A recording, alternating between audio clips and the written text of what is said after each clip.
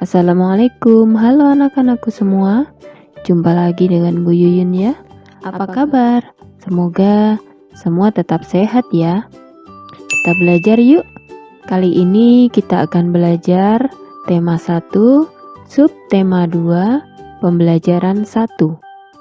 Kalian juga bisa buka buku siswa halaman 51 sampai dengan 61 ya. Yuk kita mulai. Coba perhatikan gambar berikut. Manusia merupakan salah satu makhluk hidup. Pertumbuhan manusia terjadi sejak di dalam kandungan. Setelah dewasa, pertumbuhan manusia berhenti. Namun, perkembangan emosi dan pikiran manusia terus berkembang. Pertumbuhan dan perkembangan dipengaruhi beberapa faktor. Mari kita pelajari faktor-faktor yang mempengaruhi pertumbuhan dan perkembangan manusia. Lalu, apa perbedaan pertumbuhan dan perkembangan? Pertumbuhan itu dapat diukur, bersifat kuantitatif, dialami di masa awal dan memiliki batasan usia, sedangkan perkembangan tidak dapat diukur, bersifat kualitatif di setiap fase kehidupan dan tidak dibatasi usia. Ada beberapa faktor pendukung pertumbuhan dan perkembangan. Yang pertama yaitu pertumbuhan fisik. Pertumbuhan fisik manusia ini ditandai dengan menjadi lebih besar, lebih berat, dan tinggi. Prosesnya sejak belum lahir hingga dewasa. Kemudian yang berikutnya, yang kedua yaitu kecerdasan. Kecerdasan atau daya pikir ini berkembang sejalan dengan pertumbuhan saraf otak. Dan yang berikutnya, yang ketiga adalah emosi. Emosi merupakan rasa dan perasaan yang dimiliki oleh manusia. Coba perhatikan gambar Udin berikut ya. Apakah kamu dapat menemukan perubahan yang dialami Udin berdasarkan gambar tersebut? Perubahan yang dialami Udin sejak bayi sampai saat ini adalah belajar merangkak, belajar berjalan, ya. Apakah kamu mengalami pertumbuhan dan perkembangan seperti Udin? Pastinya iya. Nah, coba lakukan kegiatan wawancara kepada orang tua di rumah untuk mendapatkan informasi tersebut. Tuliskan terlebih dahulu daftar pertanyaan yang ingin kamu tanyakan. Manusia sebagai makhluk hidup mengalami pertumbuhan dan perkembangan. Kekuatan tangan manusia juga mengalami perkembangan. Kekuatan tangan dapat dilatih melalui kegiatan olahraga dan menari. Kuat dan lemah dari gerakan tangan digunakan dalam menari. Dapatkah kamu merasakan perbedaan dari kedua gerakan tersebut? Coba lakukan gerakan kuat dan lemah pada tangan sesuai perintah berikut ini. 1. Lakukan gerakan kuat seperti orang yang sedang mendorong meja. Dan yang kedua, lakukan gerakan lemah seperti orang memegang kapas. Bagaimana? Bisa ya? Nah, sekarang mari mencoba berbagai gerakan kuat dan lemah tangan pada saat menari. Gerakan pertama adalah mengangkat tangan kanan, lalu tangan kiri. Angkat tangan dengan kuat seperti sedang mengangkat beban. Gerakan kedua, Turunkan kedua tangan secara perlahan. Kedua tangan diturunkan sambil menggerakkan jari-jari tangan menirukan air hujan turun. Gerakan ketiga, rentangkan kedua tangan ke samping, lalu bengkokkan sehingga membentuk huruf U. Gerakan keempat, memutar pergelangan tangan secara perlahan-lahan. Gerakan kelima, mengacungkan tangan ke depan dengan kuat, lalu membalikkan kedua telapak tangan dengan arah yang berbeda. Gerakan keenam adalah bertepuk tangan. Tepuk tangan dapat divariasikan dari gerakan yang lemah sampai yang kuat. Misalnya, bertepuk dengan 2 jari, 4 jari, 6 jari, 8 jari, dan yang terakhir 10 jari. Lakukan kegiatan tersebut secara berulang-ulang. Badan kita mengalami pertumbuhan, kemampuan kita pun mengalami perkembangan. Pada saat kelas 1 kalian baru belajar nama dan lambang bilangan sampai bilangan puluhan, lalu berkembang menjadi bilangan ratusan dan ribuan, bahkan puluh ribuan.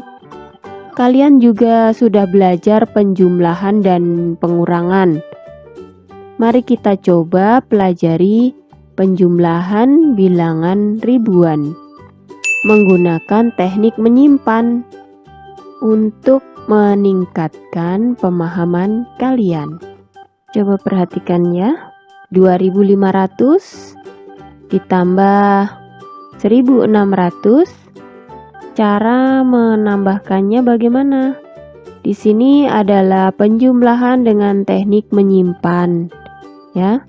Karena di sini angka 5 dan 6 hasilnya lebih dari 10, maka untuk nilai puluhannya kita tambahkan ke angka di depannya. Ingat, pada bilangan ribuan ini angka paling belakang disebut dengan satuan ya. Nah, seperti ini. Hasilnya adalah 4100. Ingat, pada bilangan ribuan ini angka paling belakang disebut dengan satuan, sedangkan angka di depannya disebut puluhan. Angka di depan puluhan disebut ratusan, sedang angka di depan ratusan disebut ribuan. Berikutnya kita coba 3549. Kita tambahkan dengan 6720. Coba kita lihat. Di sini 9 ditambah 0 hasilnya 9. 4 ditambah 2 juga hasilnya 6. Nah, 5 ditambah 7 ini hasilnya lebih dari 10. Hasilnya 12. Berarti yang kita tulis di bawahnya adalah satuannya dan puluhannya kita tambahkan di angka berikutnya seperti ini. Nah, bagus. Nah, kita lanjutkan ya. Coba perhatikan. Bagaimana dengan soal seperti ini?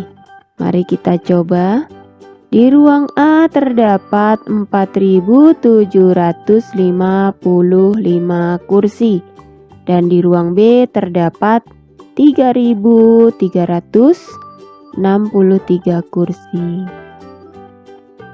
Seperti ini. Kita tuliskan dulu angkanya. 4.755 kursi, sedang di ruang B 3.465 kursi. Kita tambahkan. Ini hasilnya 5 ditambah 5 adalah 10. Nanti yang kita tulis ingat, kalau lebih dari 10 atau 10, kalau angka di sini ini pakai puluhan, maka yang kita tulis di bawah adalah satuannya ya. Ya, berikutnya ditambahkan hasilnya 11. Ini juga ditambahkan hasilnya 11. Maka 5 ditambah 5 10. 11 ditambah hasil dari belakangnya puluhan jadi 12. Kedepannya juga. Nah, seperti itu ya cara mengerjakannya.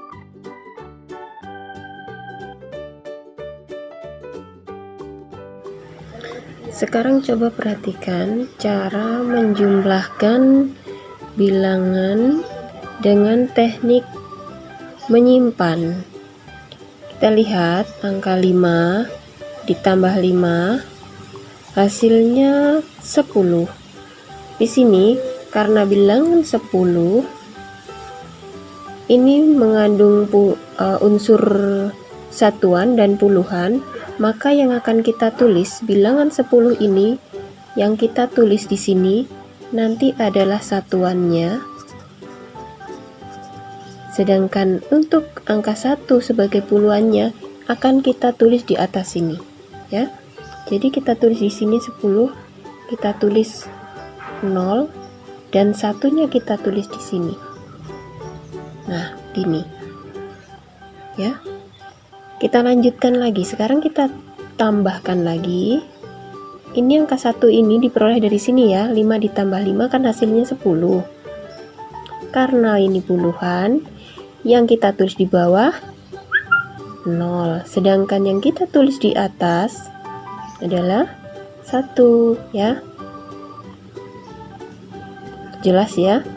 Kemudian kita tambahkan lagi di sini. 1 ditambah 5 ditambah 6. Jumlahnya ada 12. Karena jumlahnya 12, ingat tadi yang belakang satuan, yang depan puluhan. Yang kita tulis di sini adalah satuannya. Kemudian angka satunya kita tambahkan di sini. Nah, kita tulis di sini. Kemudian baru kita jumlahkan lagi.